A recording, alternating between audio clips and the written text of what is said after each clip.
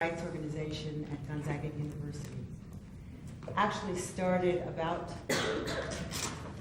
1998, I believe, because of some incidents that occurred with our law students at Gonzaga. And there's several of us who have been working with the Institute since its beginning. This year we have collaborated with North Idaho College for a popcorn forum, which is a human rights forum that North Idaho College has been doing for the last 33 years. This is the 33rd year. And typically the forums have a human rights theme to them. This year the theme is Confronting Hate, Humanity's Greatest Challenge. And each day of the workshop is devoted to a different theme. Today's theme is From Hate to Hope through Education. And I can think of no greater person to address this audience than Noemi Bond. I don't want to take a lot of time away from Noemi because her story is so precious and so important. But I will say that when I met Noemi 4.5 years ago, my life changed at that point. Once you know someone who's gone through amazingly difficult situations and not only survives but thrives and becomes a model for all of us, it's really life-touching. Noemi does presentations to churches, schools, civic groups all over the Northwest. She has recently collaborated with Ray Wolpo at Western Washington University to write a book, which is actually a book for 6th graders, ESL students, and they're looking for a publisher right now. So if anyone knows a publisher, please come and see us after. Anyway, we really welcome all of you, and at this point I'm going to turn this over to Noemi. Thank you. Thank you. Thank you so much for inviting me. I look like I have a microphone, but this is for that machine over there. I don't have any. There would be one, but I'm too little for that big thing. So can you hear me in the back? Because I speak with an accent. But I was also a teacher. So I hope you, if you can't hear me, I will move over there.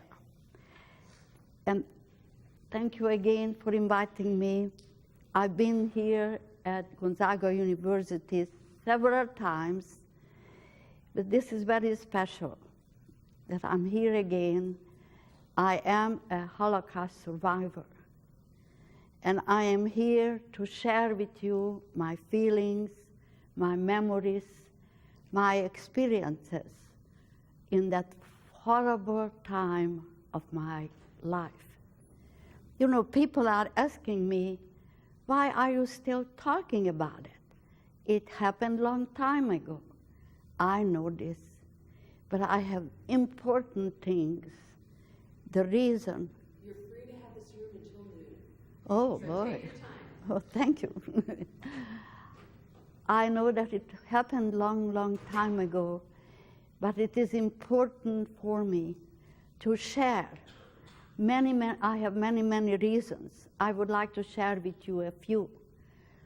The most important thing, I think so, after you listen to my speech, my story, to see what prejudice, bigotry, and hate can do and does when it goes uncontrolled. In our case, the result was death, a lot of death in my closest family. The other reason why I have to talk about it is that lately I'm hearing from different sources the statement that the Holocaust really didn't happen. People who know me, they know I'm a kind of peaceful person. But when I hear this, I get so angry, so frustrated. I would like to see these people eye to eye. I would like to ask them, if it didn't happen, where are my dear ones?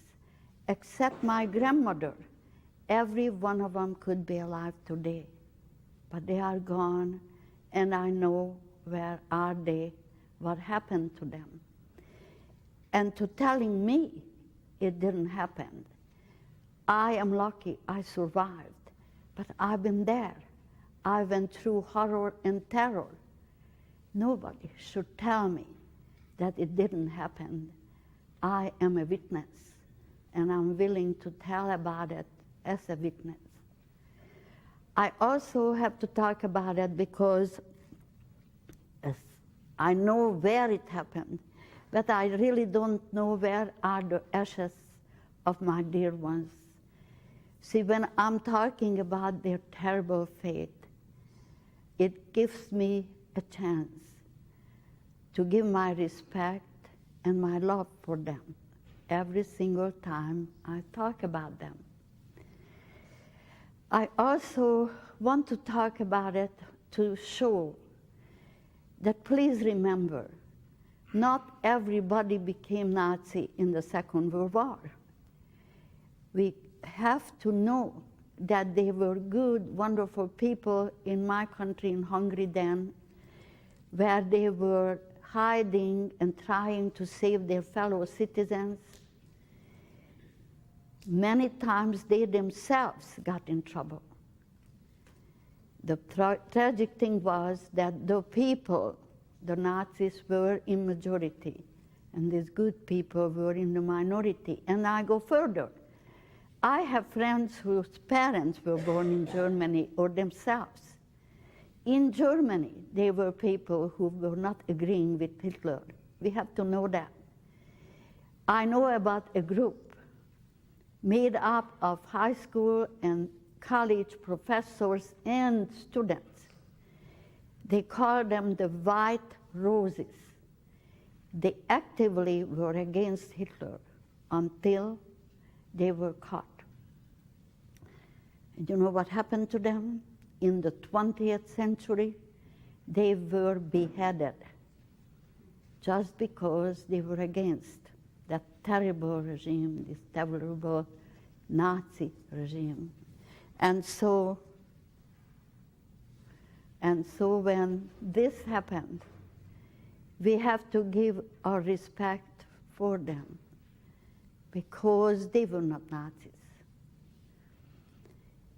The war started in 1939.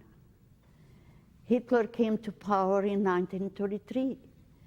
And after he came to power, anti-Semitism and all the policy of his started to spread. When the war broke out, we in Hungary, for example, we didn't know every details what happened in Germany. Just a little bit of news here and there. Why? Because it's hard to believe, but the late 30s and the early 40s, we did not have television. No CNN, daily 24-hour news, no. We had radio and newspaper. And when is a dictator in power, then you know in the newspaper and the radio what he wants you to know, not the truth. So we heard some atrocities, but it came 1944, March 19th, and the SS troops marched into Hungary. When they came in, we heard them marching, fear in our heart, we were waiting. What will happen? We didn't have to wait too long. Within a week, the so-called Jewish laws came into order, and the first law was, we have to wear the yellow star. The yellow star had the same shape, that little Star of David in my necklace, but huge and out of material. We didn't have it at home. Why should we have it? We had to march to the store with the Hungarian Nazis with us, and we had to pay our own money to get them. And we had to put it on every garment we had on whenever we stepped outside. We were embarrassed. People looked at us also embarrassed. And we felt in our heart that this is only the beginning. Within a week came the next order. It said, we are creating the ghetto, The ghetto was a small location where they concentrated all the Jewish people of that city. And here, to achieve that, they moved in people from all parts of the city to the houses which were already on that location. Our house happened to be on the borderline of that ghetto. So when we looked out the window, we could see the other side of the street, which was free. The neighbors, who were our neighbors before, became strangers, and we became prisoners in our own house, in our own home. One day, 8 more families were put in our house. It was not a big house, a normal, small, little family house. They had to leave everything behind. Some things they brought with them. They had to sleep on the hallway. If they wanted to have a cup of hot water, they had to stand in line in the kitchen. If they wanted to go to the bathroom in the private home, they had to stand in line. And the fear, the uncertainty, what will happen to us, made everybody nervous, crying, screaming. It was not a peaceful existence. And then, about 3 weeks later, came the next order. It said, all able men from 18 years old up till 55, next day has to report to the forced labor camp station. My father was 46, he had to leave. I remember my mom was packing the backpack for him, and he packed it too. While they were working together, my mom was crying the whole day. And the next morning, when my father left with tears in his eyes, my mom just kept on crying. I tried to calm her, saying, maybe he will be back soon.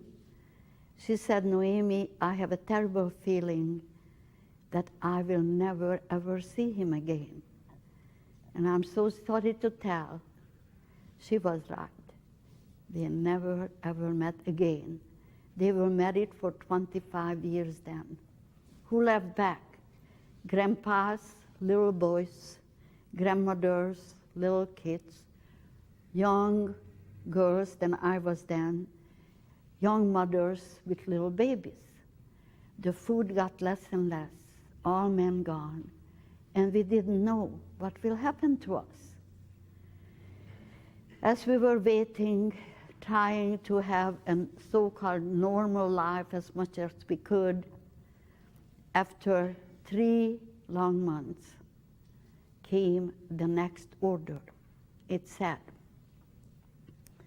every one of you have to line up in your own backyard. They even told us what to pack. They said, you may take with you a small pillow, 1 bed sheet, 1 package about this size, dry food, no valuables. We were told many times, don't you dare to try even to hide a ring. We will find it, and you will see what's coming. And the last one, in hindsight, I always think why we didn't ask questions. The last one was, and you may pack 1 change of underwear. Why we didn't ask questions? What is that place we are going with this outfit? What is it? We were so intimidated, so afraid. We were packing. Next day, we lined up in our own backyard with the 8 other family with us. They searched us randomly. And here I have to tell, I'm not always telling that, don't have a lot of time. Once I was pointed out, they want to search me. But they wanted to take me into that room alone with the searcher. And my mother, she said, if she has to go, I go with her No, no, no, only one at a time. My mom said, you can kill me. I don't let my, see, I was a young girl. Every person, every parent looking, the young girl is the most beautiful one, the most wonderful one. She didn't want to let me go in. She didn't know what happening to me in that room. And she was standing very still, not moving until they let her come in. I will never forget that. And then we had to march with the big yellow star through the city. People were standing on two sides of the street. Some people were crying. Some people were waving. Some people were nodding. They liked it. I have to tell that too. Finally, we got to the outskirts of that city, and we reached a so-called brick factory.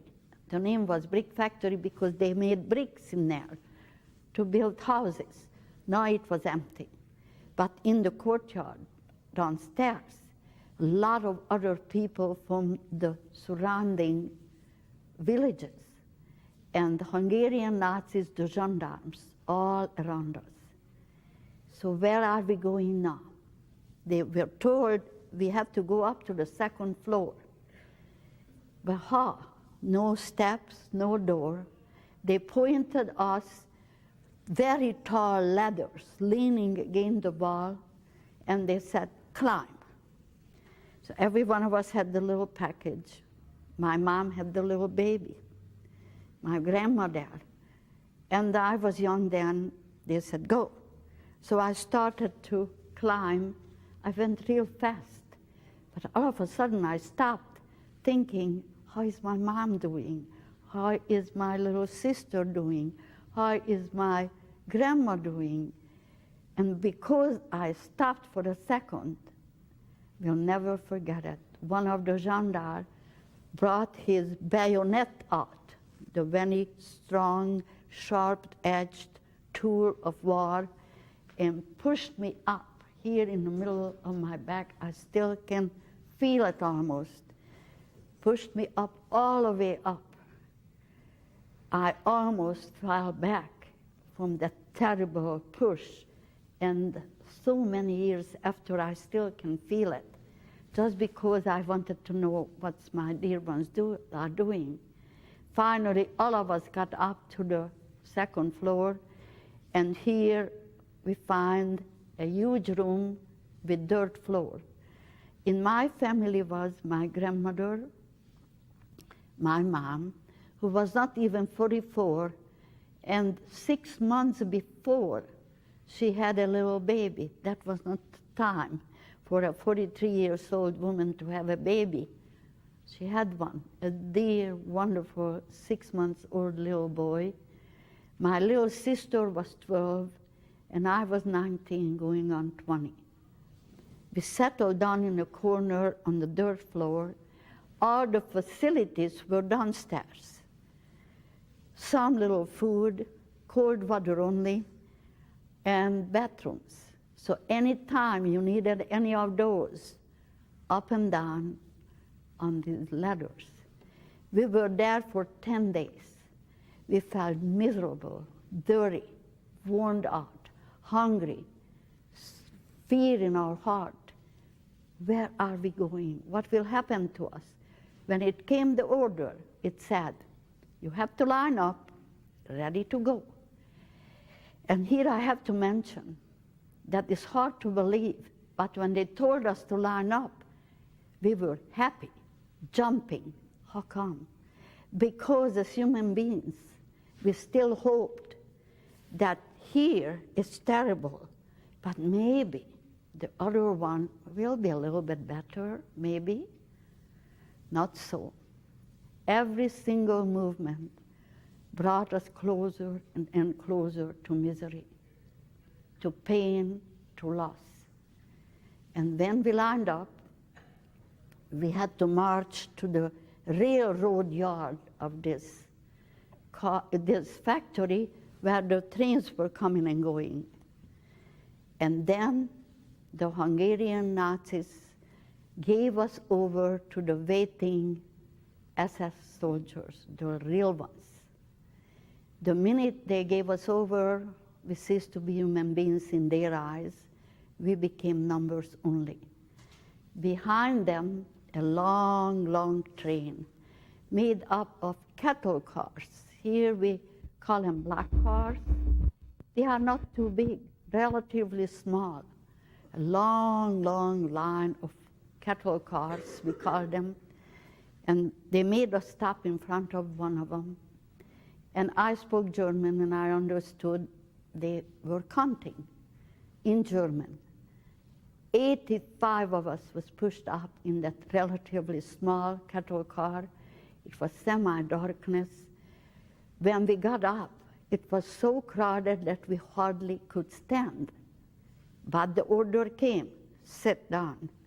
So I helped my dear ones to move around. Finally, they sat down, but I was still standing because we were told those little packages has to be in the center of that cattle car. So I was arranging ours. And as I was standing, I looked around. I wanted to know, where are we? What is that place? And I always say that maybe one element of my survival is that from that moment on, I kept asking questions when I was not supposed to. I was a prisoner and 2 SS guards in that cattle car. Because when I looked around, I noticed 2 empty buckets of each end. I don't know where I got my courage. I turned to one of them and asked, what are they for?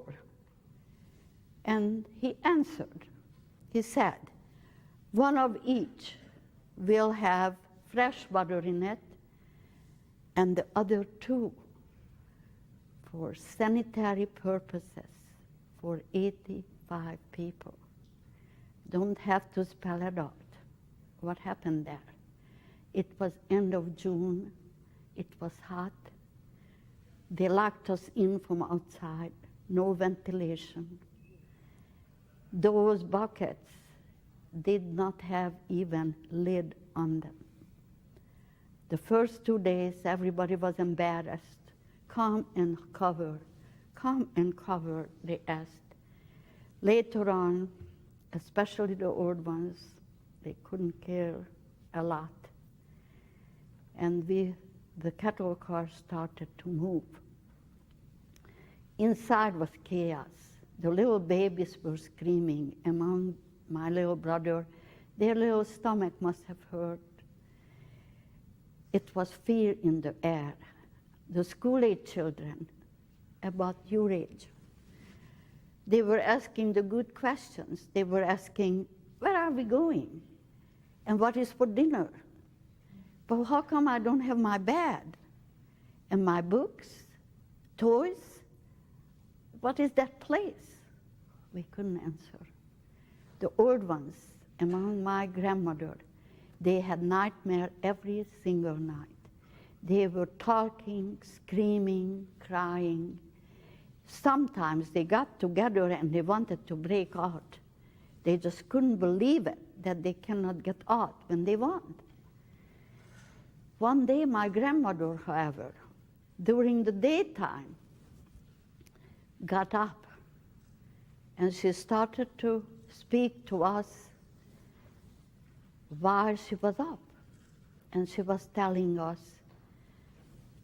I have something, and you cannot take it away from me. What I have, it is mine, and nobody can take it away from me. She had nothing in her hands. We just didn't know what she's talking about. I was thinking, poor grandma, it's already got to her, this whole situation.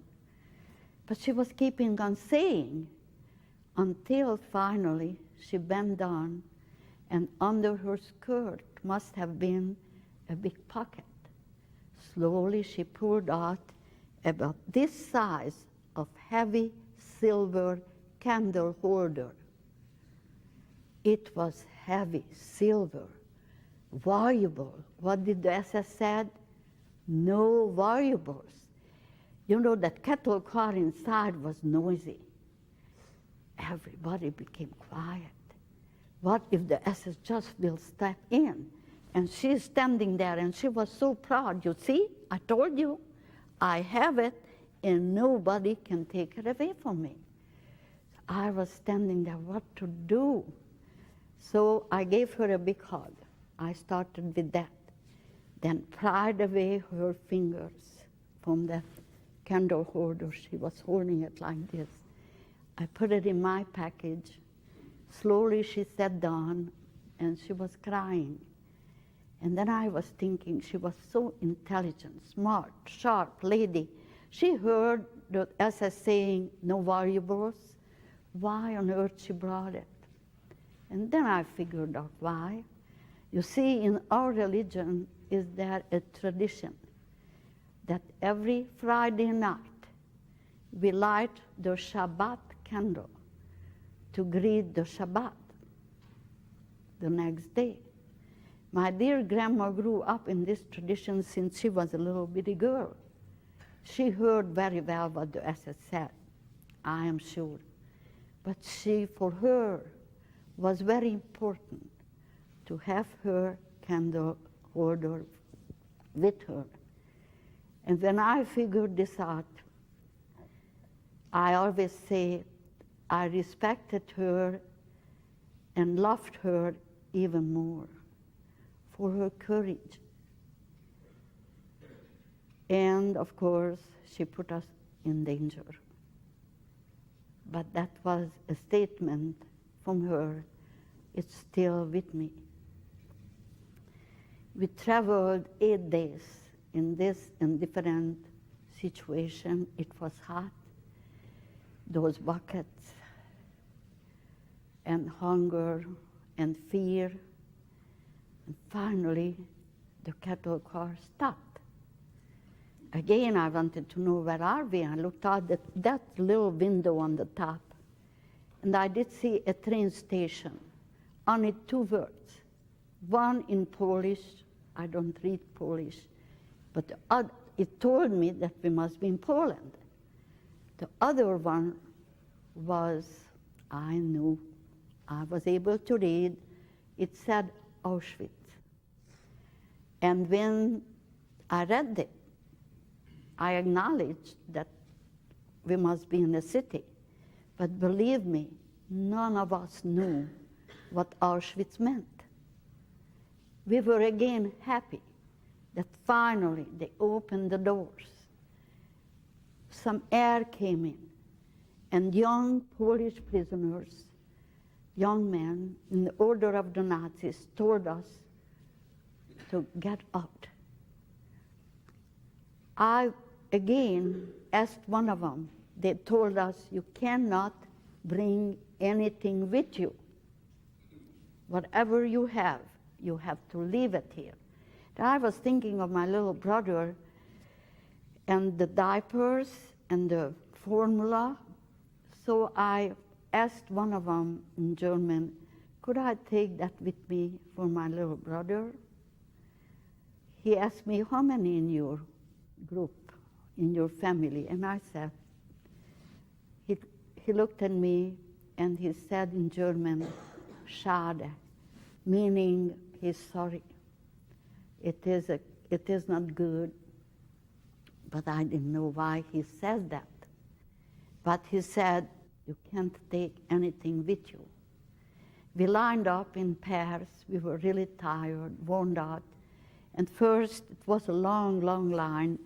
We started to walk slowly, but then I again looked ahead. Where are we going? What's happening there? And I noticed that the top of the line is dividing for some reason. I don't know what's causing it until slowly we got to that top. And here I noticed a pedestal, not too tall, just low. On it, one Nazi officer in his shiniest SS uniform. He had white gloves on his hand, and in one of them a horse whip. And when our turn came, I never forgot his face. He looked at us, slowly raised his hand with the horsewhip, and looking at my mom, the baby, my little sister and grandma, he raised his hand and made a signal to his right. My grandma, my mom with the baby, and my little sister. And I was still standing there. Then he looked at me, raised his arm, signaled me to the other end, to his left. It took 4 seconds, and we were separated. I will never forget that little group. In my mind, I can see them with my mom with the baby, and my grandma and my little sister holding hands. And we couldn't speak anymore. But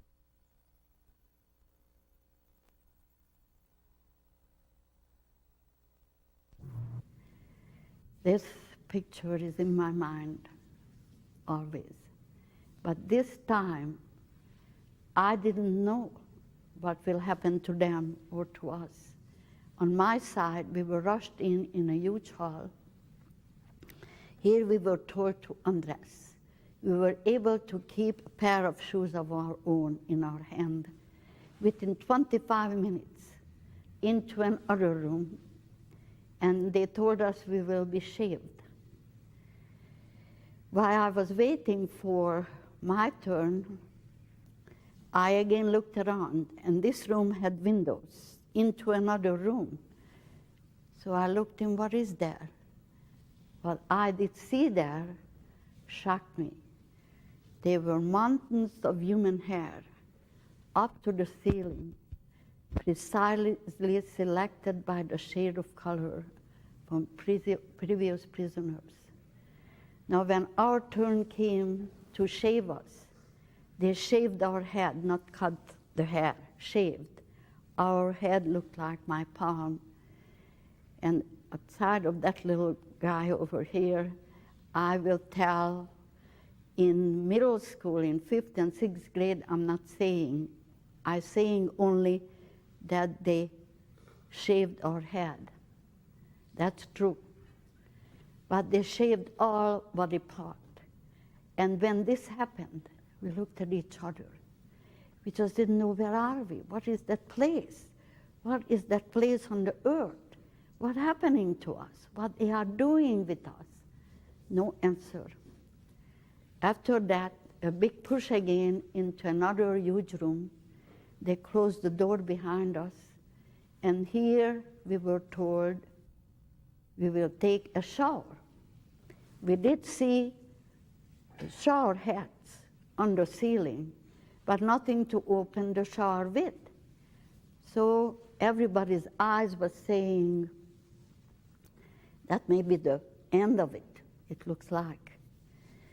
But no, we were lucky.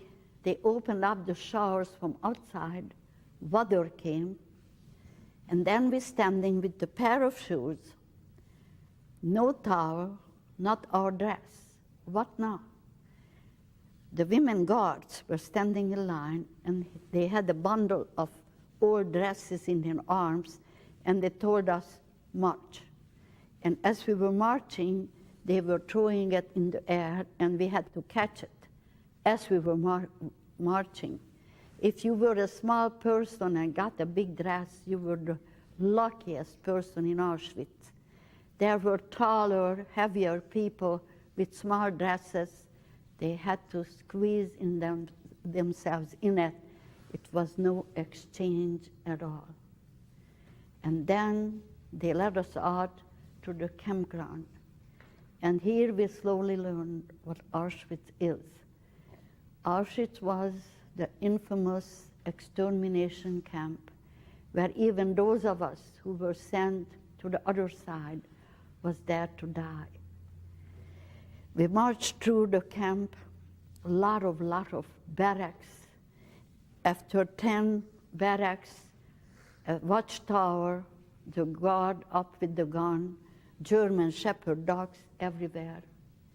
And then finally we stopped in front of one. They told us, this is the barrack, you will be in it. We were also told that every single barrack has 6 rooms. We were told also that in every single room, 100 of us will be pushed in. The room was a very small room. When they pushed us into that room, and they told us that this is the place you will sleep. Rain or shine, you have to be out there. So when night came and we got down on the bare floor with that one rag on us, we were that close to each other. We couldn't even move. In night, when people had to go out to the latrine outside, it was dark. When people got up, they couldn't see where they stepped. We stepped on each other. People were screaming, crying. We never had a quiet night. And after that, early morning, they led us out to the campground. And here we got our breakfast. What was our breakfast? 1 slice of bread and 1 cup of so-called coffee. It was a beige-looking, lukewarm liquid. The same for dinner. 1 slice of bread, 1 cup of that liquid. For lunch, we were told that soup is coming. And what we had to line up in a column of 5. We were waiting for the soup, finally, something. The soup came in a big, big pot. We're waiting for the bowl to have the soup in it. No. The first one got a big bowl. She had to drink out of it, give it over and over and over to the next. So we were new, and some of us, and that soup smelled so terrible, it came closer, and who wants to drink after everybody? So we said foolishly, please pass it. We don't want it. The SS was there in a second. He said, there is no here.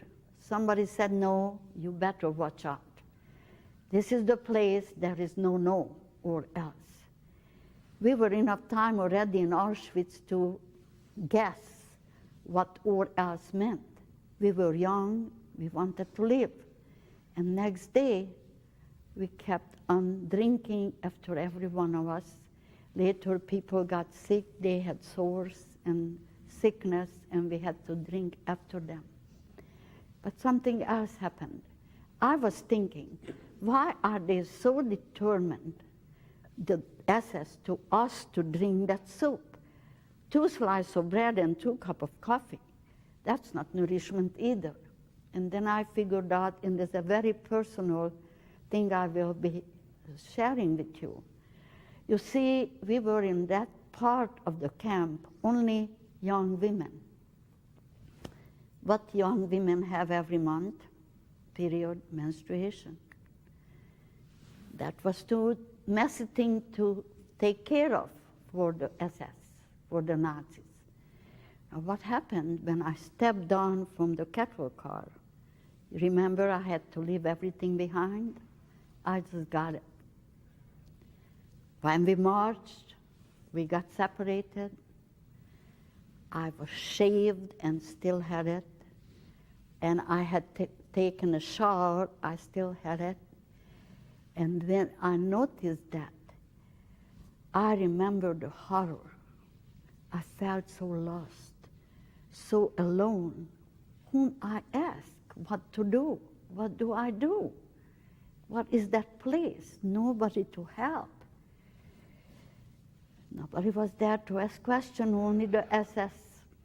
They will not be approached with this kind of things. The first day, I did not drink out of the soup, remember. Next day, I started to drink. Why? Because they said, or else. What happened was, to my surprise, and every other young woman surprised. As soon as we drank out of that soup, within an hour, our menstruation stopped, never came back until we were in Auschwitz. Why? It's documented. Why they were so determined for us to drink that soup? Because it was a medicine in it. That stopped the whole cycle. And what happened was, I know about 4 of my friends. When they got liberated, they went home, they got married, they wanted to have children. They were so destroyed inside, they couldn't have any. But I'm saying with a smile on my face, it's not easy when I talk about Auschwitz, but I have to remember how lucky I am, because I must have had a strong body. When I got liberated, when I got home, I got married. I have 2 sons and 5 grandchildren. And I always say, this is victory, don't you think so? They wanted to destroy me. Didn't happen. I have my dear new family with me. Back to Auschwitz. We didn't have drinking, running water, any kind of, not to wash ourselves, not to drink any. We were constantly thirsty. Once in a while, they brought in a tank on a truck some drinking water. They had a small basin, and they poured the water in. They gave us a little aluminum cup, and they told us, drink. So many of us thirsty against that basin with that little cup.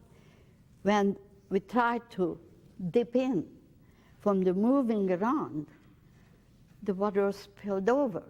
Very seldom anyone could have any water. And it was a terrible sight. And then I overheard the Nazis. I heard them talking to each other and laughing, saying, look at them, look at these people.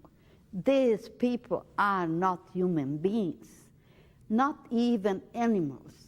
They are small little worms. They kill each other for water. And by now you heard all the horror and things what we went through so far. None of them was so hard to endure than that, to hear day in and day out that we are not human beings. It was the hardest thing. We wanted to prove, yes, we are. And many of us stepped back.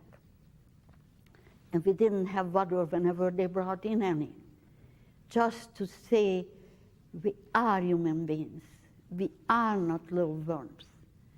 So for 4 months, I did not have a drink, a drop of water. And that's why is the reason I'm asking for water when I'm speaking, because it must be emotional and physical memory. When I think about it, that I didn't have water for 4 months, I get so thirsty. You excuse me, please, I have to drink. I just have to.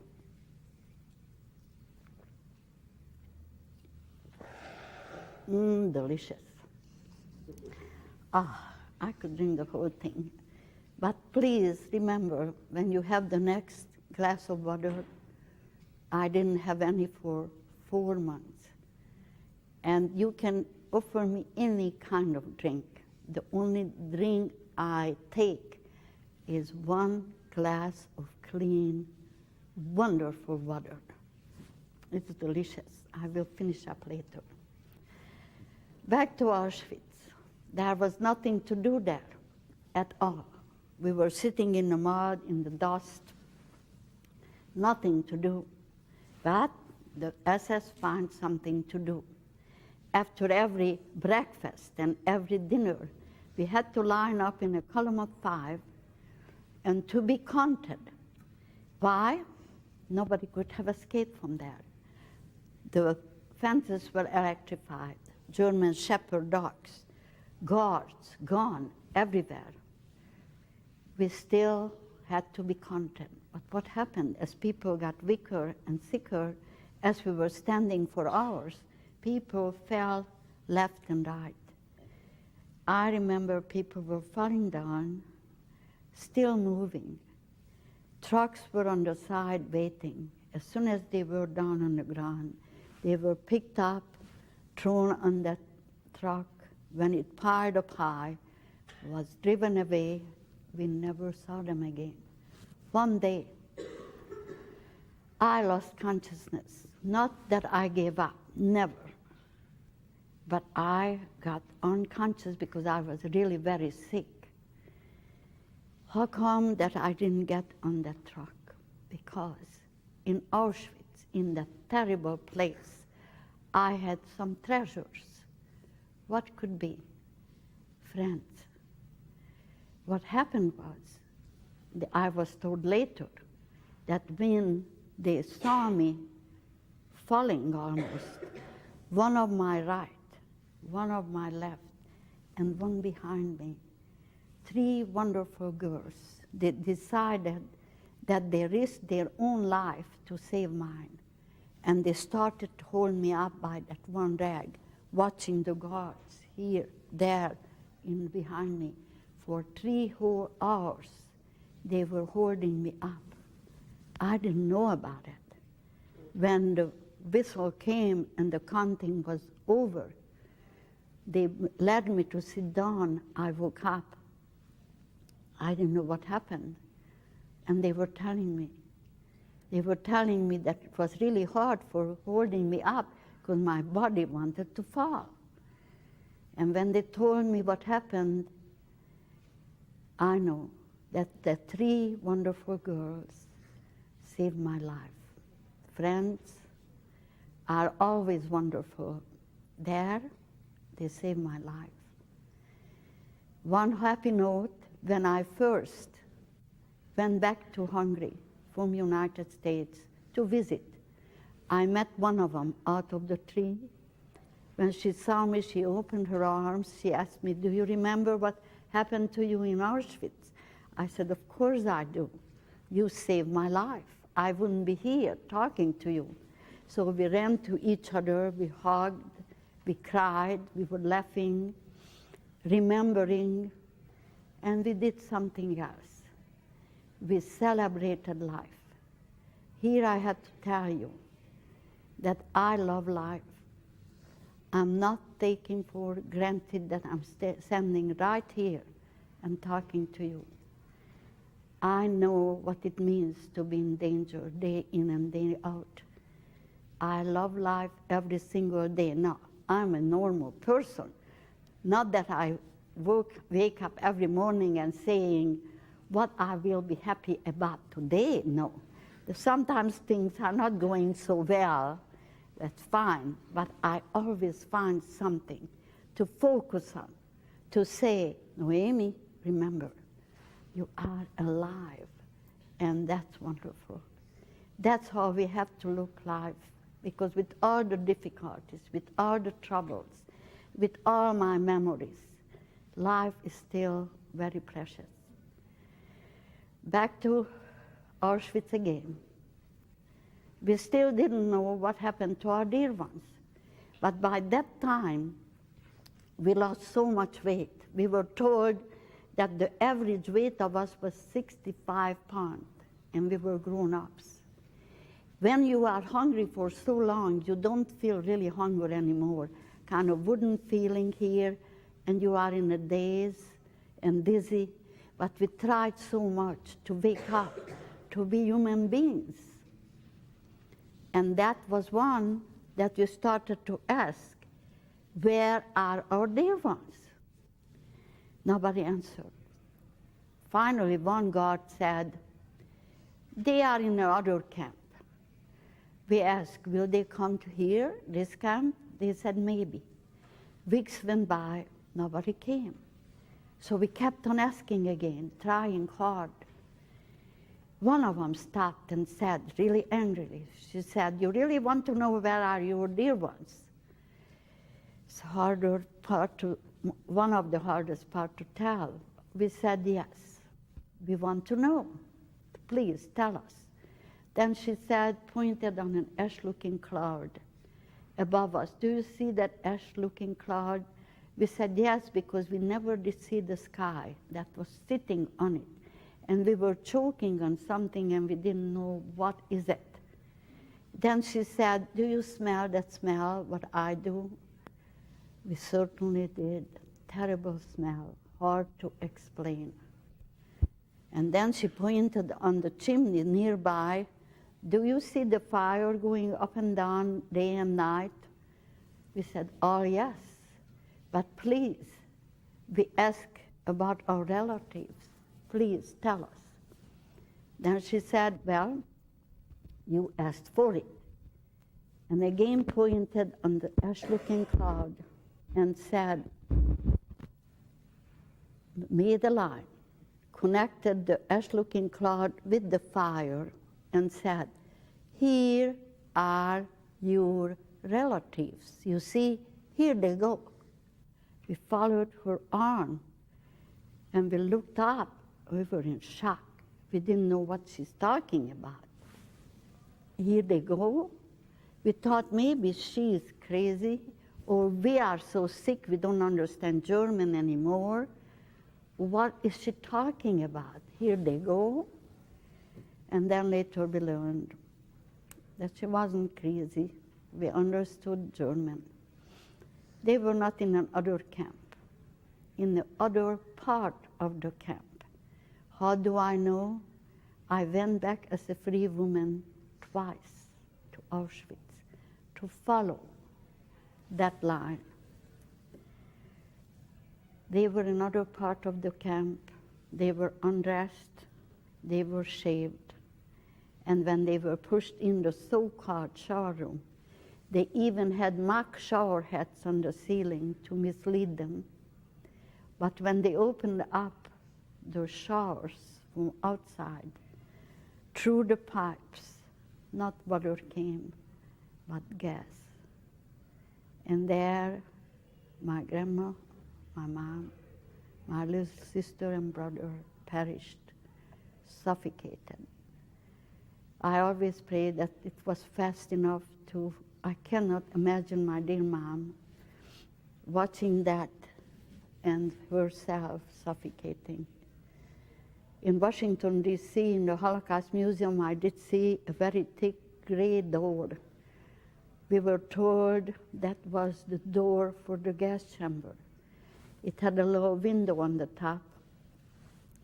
And when the guards looked in, and they noticed that nobody is moving anymore, and it was safe for them, the guards, to open, they took out all of them. They put in the carrier, and they threw them into the crematorium.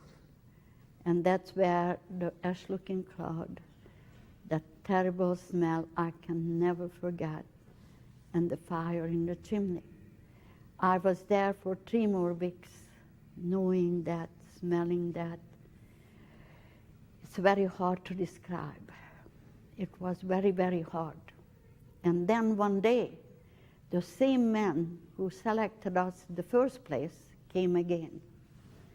His name was Dr. Joseph Mengele, the infamous doctor of Auschwitz.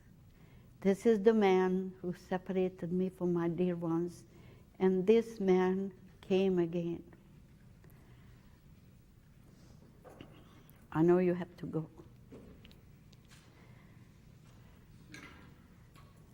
And so when this man came, we didn't know why is he coming.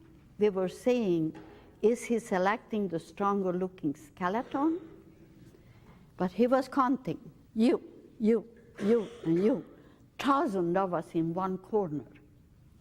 We didn't know why.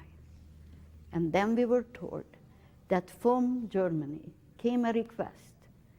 They need 1,000 Hungarian girls who are still moving to ship to Germany to help them in their war effort. That was almost the end of 1944. You can imagine what a bad shape the German army was already if they needed 1,000 skeletons to ship to them to work for them for the war effort. But we got to shore, we got the prisoner outfit into the cattle car again, and from Poland through Europe, they took us to Germany, to Buchenwald. Here, there was a sub-camp for us, 1,000 of us fit in, next to a little city named Allendorf. And here we were housed. We couldn't believe it. This is an SS camp. We had barracks, we had bunk beds, we had blankets. We were able to take shower without being afraid to be killed. And for 10 days, we didn't work. Why? Because even the Nazis realized that if they want us to work, they have to build up us a little bit. People who fainting left and right cannot work. And here it happened that during the 10 days, one of my friends went around the barracks, and she found herself in the back door of a kitchen, and in front of the kitchen door was a big bucket full with potato skin, not the raw one, the cooked one, just ready to throw away. We were still so hungry. She picked it up, brought it into the barrack. We had a feast with potato skin. So we told her, go again, go again. We want to have potato skin. She went, we sent even a helper. She came back with the bucket full of potato skin every single day, and some miracle happened. On the potato skin grew some potato. Was not only potato skin, some potato, more and more every day. Now, who is doing that? What happened? This is an SS camp. We didn't know who was doing it. We were having a feast with it. And I have to jump many, many years in Bellingham, of all places where I am from now. I was invited for a wedding with my husband. He was still alive then. And I was sitting on a round table next to me, my husband. Next to my left, a couple, a woman. I wanted to be friendly. I never did see her. So I asked her, where are you from? She said, I am from Seattle. I said, that Seattle has the same accent as mine, so really, where are you from? She said, well, you find me out, I'm from Hungary. Yes, me too. We started to speak Hungarian, nobody understood us, only my husband, and I kept on asking, what did you do in the Second World War? She said, I was taken to Auschwitz. I said, me too. And I said, you were there all the way, or what happened? No, after 4 months, Mengele came and selected 1,000 of us to be shipped to Buchenwald to a nice little city, Allendorf. I said, don't say, I was there too. It shows that when you are a prisoner and a slave worker, you don't socialize. You know only who is next to you. 1,000 of us, we didn't know each other. She was at the same place. So I said, oh, what did you do in this camp? She said, nobody worked for 10 days, but I myself and 10 of us, from the first day on, we were sent in a kitchen to peel potatoes. I started to shake. The wedding, I said, you peel potatoes in Allendorf? I said, I don't know, but if you were there, do you know anything about that potato skin which grew potato every single day? Do you know who did it? She was crying by then. She said, sure, I do know, because I was the one who did it. At the wedding, after so many years, I find that person who sacrificed herself. She could have been killed because that kitchen was for the SS officers. And what she did, she took her knife and carved a little more and more potato in it. I said, how did you know who is picking it up? She said, I looked out the window and I did see that whoever picked up that bucket had no hair. She was sure that we were the one. This person on the wedding, I find after so many years, she risked her life, gave us some potato on the potato skin. But something else happened. It was a buffet-style wedding, talking about Auschwitz, potato skin, hunger. We searched for the largest tray you can find. We find it.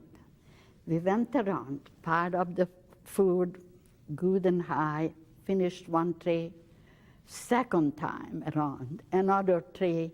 We did the same treatment with the dessert. Our husbands were so embarrassed. We were eating endlessly. Of course, we were hungry to remember all that terrible thing over there. After 10 days, I was called into a group of 25. We had to march 5 miles through the forest.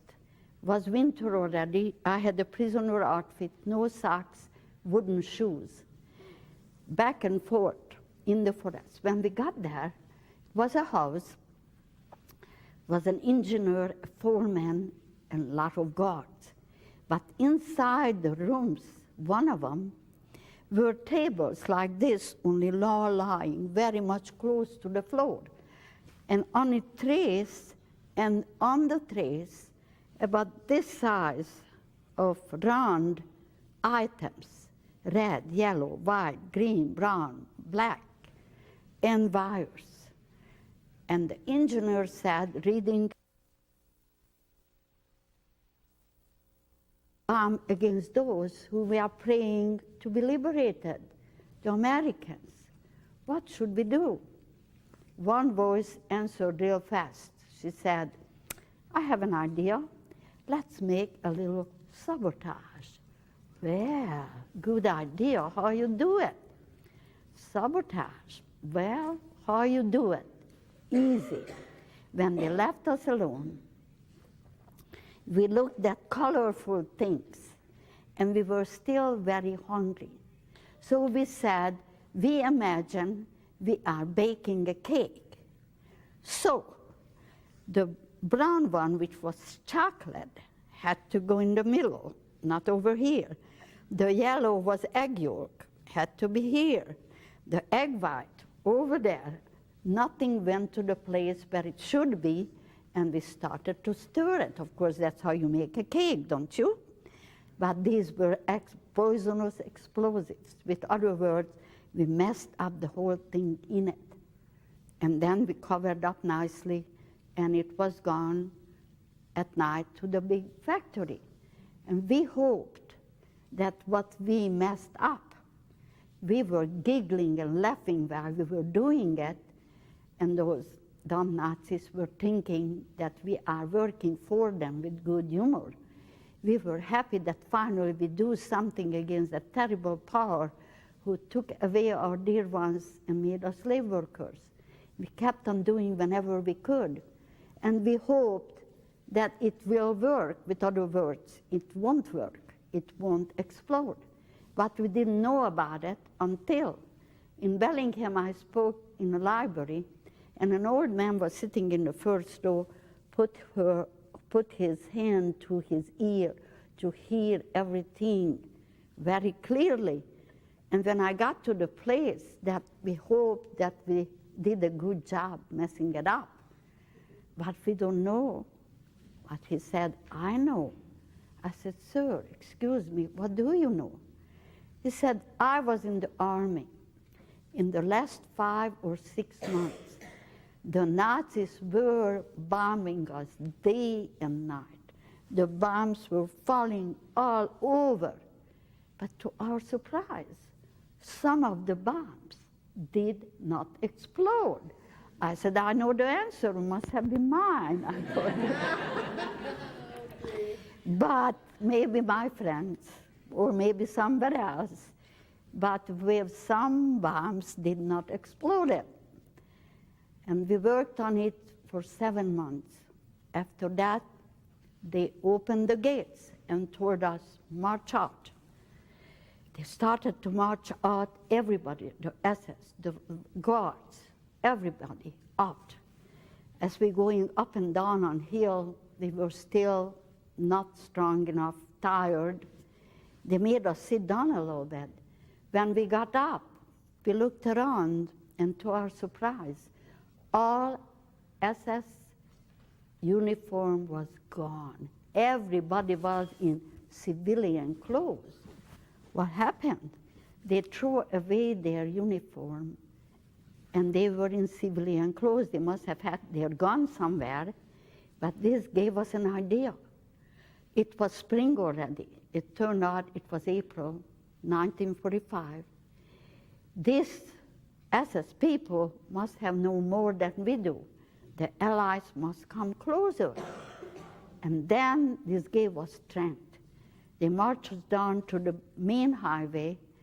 The plan was to march us all the way to Bergen-Belsen and to die on the way. They called it Death March. But as we started to march, all of a sudden, 12 of us, Hungarians, speaking in Hungarian, we said, we just don't go further. I don't know where we got the courage. All the SS around us still. We noticed the thick forest to our right, and we made a plan that one will step out and we will see what's happening up here. If nothing happens, the next one goes. Those of them who were already done kept step with us, who were still up on the highway. And slowly, slowly, all 12 of us was done. We started to run into the deep, deep forest. Here we find an animal shelter. We were hiding. Late afternoon, it was so quiet. You could hear every movement. We heard somebody is coming. We thought, that's it, goodbye life. Must be the SS discovered us. A soldier was coming closer. It was not an SS soldier, it was an American soldier. The troops were coming closer, and he was sent out to survey. And when he saw us, the first question was, who speaks English? We said, German. So he spoke us in German. He said, you don't have to introduce yourself. I see you. I know who you are. Stay put. Wait. We are coming closer. Nobody slept that night. He said he will come back next day. He said, you will hear gunfire, you will see fire. Don't be afraid, I will be back. And next day afternoon, that dear good man came back, and he told us the most beautiful sentence I will ever hear. He said, you are all free. This part of Germany surrendered. Hitler was still alive in Berlin. The troops were going that way. We were free. When he told us, 12 little skeletons looking at him, and there is one young man, tall, wonderful. What should we do? It was easy. We jumped on him. All 12 of us hugged him, kissed him. He said, don't suffocate me, you still need me. But he was laughing. He had tears in his eyes. He gave us his rations. He took us into the headquarters close by. They took our names. And next to that headquarters was a magic tent. I called it magic tent because actually it was a cafeteria. He led us in. We stepped in, and from that long time ago, wonderful smell of real food. We wanted to go and eat. And then the good American doctor saved our life again. He said, don't eat too much too soon, because your digestive system is so ruined that people who were liberated already were not reminded. They were overeating and they died after liberation. So looking at that wonderful food, we sampled slowly here and there. Slowly we learned how to eat as human beings. And then I was still in Germany, May the 8th, when the European peace broke out. But I was able to go home only in September because the transportation lines were all bombed to pieces. And so in September I got home. I found my uncle and aunt, one of them, two of them, one pair of, in Budapest. They were alive. And they told me that my father is alive. He survived the forced labor camp. We sent him a telegram. He came to Budapest. And the meeting was hard. It was joyous and hard, because I know I have to tell him what I told you. And he knew that I will tell. His first question was, where are the others? I told him we were crying a lot and remembering, but we knew that life goes on. And because the time is getting to be late, I am here. I don't talk about my husband. You like that story, I know, but I don't want to stretch it more. Only in closing, what I want to say is that it's not easy for me to tell the story. It is because I am not remembering I'm there. I see myself there. But I discovered that when I tell the story, it gives me some feeling of healing. When I look around, really do, and you see I don't use any paper.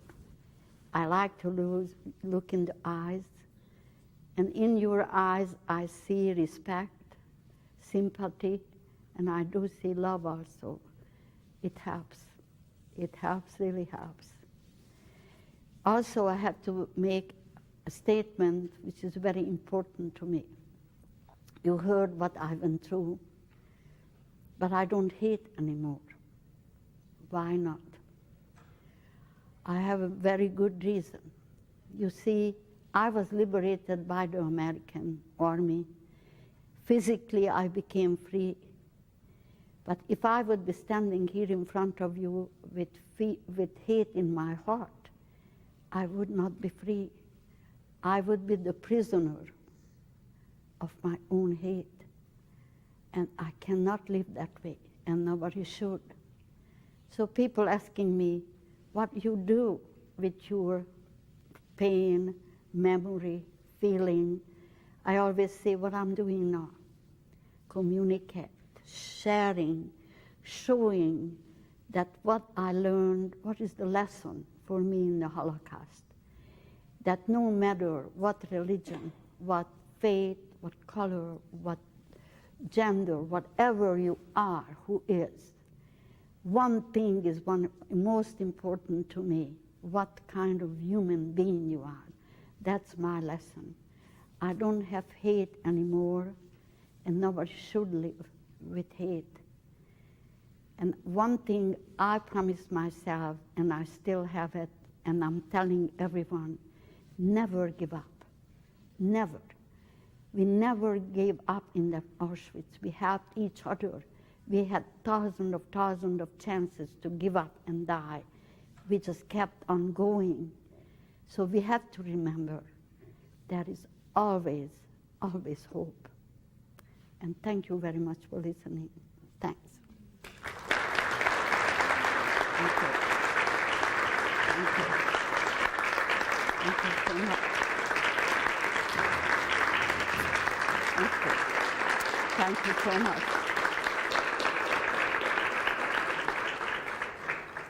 That's had to have some more butter. I know that some of you need to leave to get back to classes, but why don't we stay for a few minutes in case anyone has any questions? Because I'm for glad to anyone who answer. stay. And thank you all so much for coming. I see all these great faces. I Oh, know wonderful. some I don't know so well here, but Noemi received the honorary doctorate from Gonzaga University in 1999. She was the keynote addresser, I don't know if that's a word, at the law school graduation and the graduate school graduation. So we, in some ways, feel like she belongs to us. She comes here often to Spokane. She's probably here about maybe 3 times a year. If Yeah. you know people who want to bring her, she goes to Eastern on a regular basis to the social work department, and sometimes she's willing to come and do another presentation, but a lot of times schools will bring her over to do presentations because you can see once you hear her, you want everyone else to hear her too. And the next time she comes, she's going to come to Haley's school. That's right. Yes. So any questions for anyone who can stay? If you have any questions, I'll gladly answer. I know I said a lot of facts and a lot of what happened. Yes. I have a question. You mentioned that there's so many different idea to, say, trying denial. What is the basis on trying to deny the Holocaust when there's so many, primary sources, so many people have actually been through this? So the denial on their part. So I hope, I wish that I will find someone eye to eye and I can ask the same question what you asked me. But I guess so if you look what's going on in the world, there are still hate, still anti-Semitism, and we cannot close our eyes before that. We have to go with open eyes. And I don't know what is in their heart, what is their base to say that. But that's why I am so willing to go everywhere, to speak, and watching very carefully to say only what happened to me. Because these naysayers are listening somewhere, and they say, oh, she said something was not so. I read a lot of books about the Holocaust, and I know more than what happened to me. But when I share it, I keep it to the fact what happened to me. And this is one tool in my power to say, you cannot deny it, what I lived through. I am the living proof. I don't know if it satisfies that answer, but I cannot know what is their mind. Yes, sir. I still have to have that thing on me? Okay. That wire here is holding me up. Okay, yes. I have a couple of questions about your personal situation. Yeah. Was it the Budapest ghetto that you were in, or another city? No, in another city. And in the Budapest ghetto, they didn't take that many people because Budapest is the capital of Hungary. They were there so-called safe houses. And I don't know if you heard Raoul Wallenberg name. He was a Swedish aristocrat. He was the first secretary of the Swedish embassy in Hungary, in Budapest. And this young man risked his life, really, to keeping and helping people not to put on that cattle card. He made false identification papers. He sometimes bodily pulled them down from the cattle card. And this dear young man, when the Russians got to Budapest, and the Russians, the Soviet Union then, was allied with us, right, with the Western power, they took him, the first day is documented, to Moscow, and since then nobody heard of him. Relatives, everybody is looking for him. and he was taken. Well, it is wonder why. But I wish you would ask me also, how did I get here? See, I'm still in Hungary. Yeah. I went back to Budapest. How do I got here? But this is a long story. But the thing is that in 1956, the revolution broke out against the communists, and Hungary became a communist country in 1948. The Soviet Union occupied Hungary, and the whole government became communist. And the people were not satisfied with that, seeing the list. And so in 1956, the revolution broke out. And during that time, Hungary and Austria has a common border. And many people escaped on foot from the Austrian Alps over to Austria. And my husband was a teacher, I was a teacher, 2 little boys, 6.5 and 8.5. We were not adventurers. But after Auschwitz, when I lived through one dictatorship, the second one was just about enough. And we didn't want to raise our kids again under dictatorship. And we tried to escape. First time they caught us at the border. Second time we made it. How we made it, I don't want to spend your time with here's the clock because it's a long story, but we made it over, and we were in Vienna for 1 month, and luckily one of my uncle and aunt left Hungary before the Second World War broke out. And they lived in New York.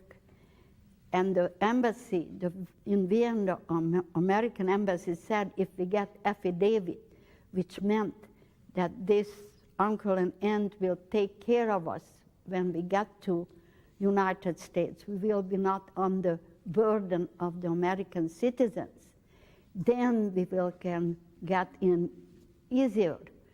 We got the affidavit, and we were among the first ones who got 1,000 of us an army transportation ship, which took us in the very angry, wintry Atlantic Ocean.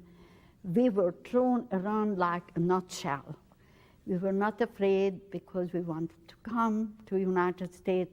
My 2 little sons wanted to go outside to touch the big waves. No. And then we got closer and closer to United States. Somebody noticed the Statue of Liberty. Everybody went on one side. That poor little ship was tilted like this. And everybody wanted to see it. And my uncle and aunt were waiting for us. But then they sent us to Camp Kilmer. It is a camp, not what we were in. Every family got a little house or a little place to settle down. And then they sent us to St. Louis, Missouri. See, my aunt and uncle took us out, and we were walking in New York. But my husband, smart, intelligent mathematician, holding my hand, he said, "Mom, do you think so we can go somewhere else?" We got scared to see the skyscrapers, that a lot of people. That's how can we live here? So it was amazing, fascinating, but to settle down. So we were sent to St. Louis, Missouri. And here we said, oh, it's wonderful because has had one university is the University of Missouri at St. Louis, the Catholic University, colleges, and so on. So we said, oh, wonderful, because when our boys growing up, they will have a place to go right away here, and we wanted to go back to college to be a teacher again. Little we know that here in this dear United States, the kids are not going to the same city, to the college or the university where they live. They go out of town, no matter how close that out of town is, but out of town. So they were out of town, but we used that. And I went to the University of Missouri. I went there for 3 years, and I became a teacher again. For my husband, who was mathematician, was enough 2 years. And we've been teaching in St. Louis I taught for 18 years. And then when my husband retired, we moved in 1982 to Bellingham because my oldest son and family lives there. My other son still lives in New York, and he has a son and a daughter. So that's in the nutshell, how we got to United States, but it has some more story in it. Yes, ma'am? Were you tattooed with it? No, that's a good question. No, I don't. Why? Because we arrived to Auschwitz in 1944, July the 1st. Then we didn't know, but I know now, that the Normandy invasion started June 1944, the D-Day, the Normandy invasion, and the face of the war changed by then. And the Nazis knew, we didn't. What they wanted to do, instead of, we said even jokingly, they ran out of ink. But what happened was that they were very busy to kill people. In 6 weeks, 400,000 Hungarian Jews were killed. It's documented.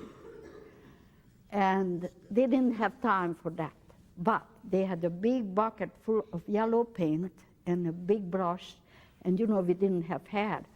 From the top of our head all the way down with that stripe, and it was burning on us. And whenever it's faded, they painted us again. But I know my number. Again, why? Because when we were shipped from Auschwitz to Germany, as they have animals listed with number, there was a shipping list. As you remember, I was always nosy. I wanted to know things. That's why I survived.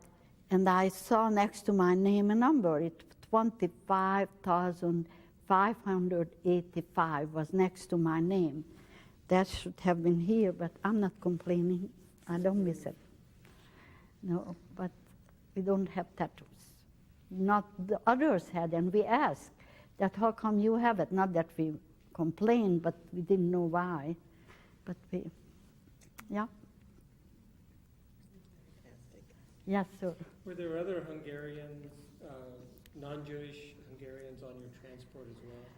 No, I didn't know about it then. See, we were so isolated in the ghetto, and they took us from there step by step. But we know that there were Jehovah's Witnesses, they were homosexuals, they were political prisoners who were in Auschwitz too. And when we were in Germany, when we walked by a camp, they were French men there because they were political prisoners. And I remember that they watched us marching, and sometimes they throw loaf of bread out for us. Bye-bye. Bye. I know. Okay. But I know they were different people there, not only Jewish, but mostly Jewish in Auschwitz, yes. The reason that I asked is, I know in the camps, different prisoners had different colored badges. That's correct. And I was wondering if the marking for We those d- that weren't tattooed But was we different didn't colors. see them. See, we didn't see even the others who were in the other barrack. But now, later I learned that I guess so purple was for Jehovah's Witnesses, and different colors for different reason. We were with the big yellow star. And whatever I learned after, I'm still searching and researching and want to know more. Not only what happened to me, I learned many, many, many things, and among that, I'm still thinking about it. That remembering that Mengele, as he was standing there doing this, no emotion on his face, nothing. He looked like a man who does his job. And I even made a kind of hypothetical story that I could see him going home to his wife if she lived also on the camp and saying, oh, today I had a very, very hard day. It was hot. I was in the uniform, and today I sent 10,000 people to their death. I made my quota. This man had no emotion, nothing on his face. And I always said, if he would have been caught, I would have traveled to the end of the world to look in his eyes only and saying, you were the one who took away my little brother, sister, grandma, and my mom, and all the others. I was not so lucky because he was hiding in South America, and he drowned in one of the South Seas. And with DNA and scientific way, they said that he was one Mengele. So he went easily, but I was not for revenge. I just wanted to tell to his person that I know who you are.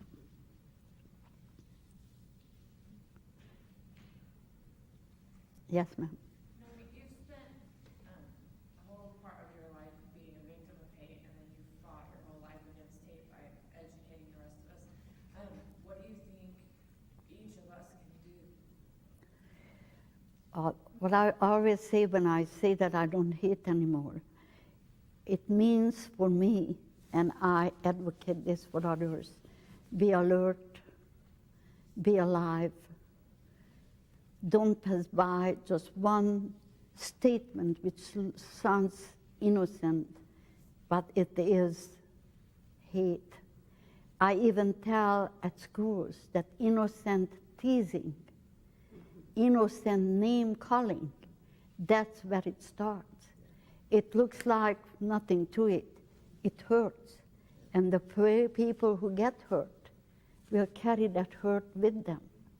And that is very important to know that it has to start right there. And in my way, I am not an activist, but I'm a speaker. And in my way, I spread that, what happens when this goes out of hand. And I'm very sensitive. I feel my skin everywhere when I hear some kind of hateful statement. I'm right there. I'm ready to answer, ready to speak up. I guess so that's what we should do. In all of us on our own way. Are many people in my city in Bellingham now, because the war was coming on, were